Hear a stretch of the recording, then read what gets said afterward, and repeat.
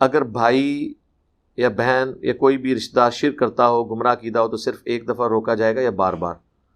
بار بار تو صرف بیوی بچوں کو روکیں گے آپ، رہ کے بہن بھائی اگر وہ آپ کے انڈر نہیں ہیں، انڈیپینڈنٹ ہے، تو ظاہر ہے آپ ان کو پیار محبت سے بتا سکتے ہیں اور ان کے سر پہ چڑھ نہ جائیں۔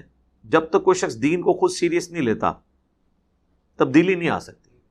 آپ لوگوں کو لگایا کریں اس بات پہ کہ قرآن ایک دفعہ نہ ترجمے سے پڑھو اور بغیر تفسیر کے قرآن جو کہہ رہا ہے نا وہ سمجھو قرآن کیا کہہ رہا ہے۔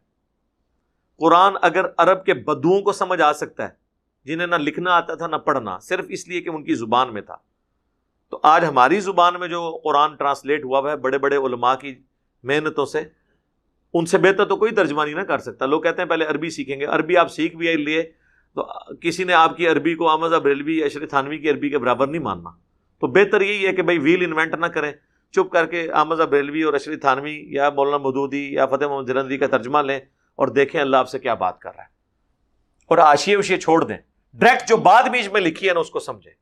جس کو میں نے کئی بار کہا ہے کہ قرآن کا وہ معنی معتبر ہے جو غیر مسلم پہلی دفعہ پڑھ کے لیتا ہے۔ اس کے اوپر میرے خلاف بڑے کلپ لوگوں نے بنائے کہ یہ تو کہتا ہے جی غیر مسلموں کا ترجمہ لیا جائے گا قرآن کا، مسلمانوں کا نہیں لیا جائے گا۔ اس لیے نہیں لیا جائے گا میرے بھائی، مسلمان تو خود ایک دوسرے کے ترجمے کو ماننے کے لیے تیار نہیں ہے، حالانکہ ترجمے ایک جیسے کیے میں۔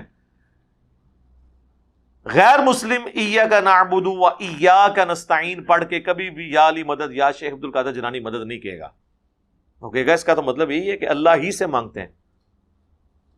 اس کے دماغ میں کیڑا نہیں ہوگا عطائی، ذاتی، مستقل بالذات، غیر مستقل بالذات۔ امی سے روٹی مانگوں گا تو کیا شرک ہو جائے گا؟ اے جے مولوی تہاڈا لیول دیکھو، ظاہری اسباب کو کدھر لے کے آ رہے ہیں۔ وہ تو قرآن میں حکم ہے وَتَعَاوَنُوا عَلَى الْبِرِّ وَالتَّقْوَى وَلَا تَعَاوَنُوا عَلَى الْإِثْمِ وَالْعُدْوَانِ، نیکی اور پرہیزگاری کے کاموں میں ایک دوسرے کی مدد کرو، برائی میں الگ رہو۔ اس کو کون شرک کہتا ہے؟ اس کو تو قرآن حکم دے رہا ہے۔ ہم تو شرک یہ بات کر رہے ہیں کہ آپ دعا میں پکاریں کسی اور کو، اور وہ قرآن کہہ رہا ہے کہ یہ شرک ہے۔ اَمَّن يُجِيبُ الْمُضْطَرَّ اِذَا دَعَاهُ، بھلا بتاؤ تو کون ہے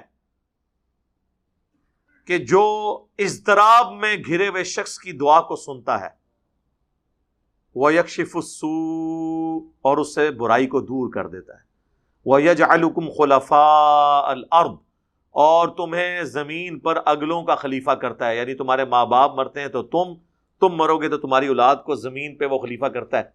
اللہ زندہ ہے، باقی سب مرتے جا رہے ہیں، اور اللہ اپنی زمین کا مالک بتدریج ایک کے بعد دوسرے کو بناتے جا رہا ہے۔ اِلٰہٌ مع اللہ، کیا اللہ کے ساتھ بھی کوئی اور الہ ہے جس کی یہ کوالٹیز ہوں کہ جسے تم مصیبت اور پریشانی میں پکارو اور وہ تمہاری مدد کرے؟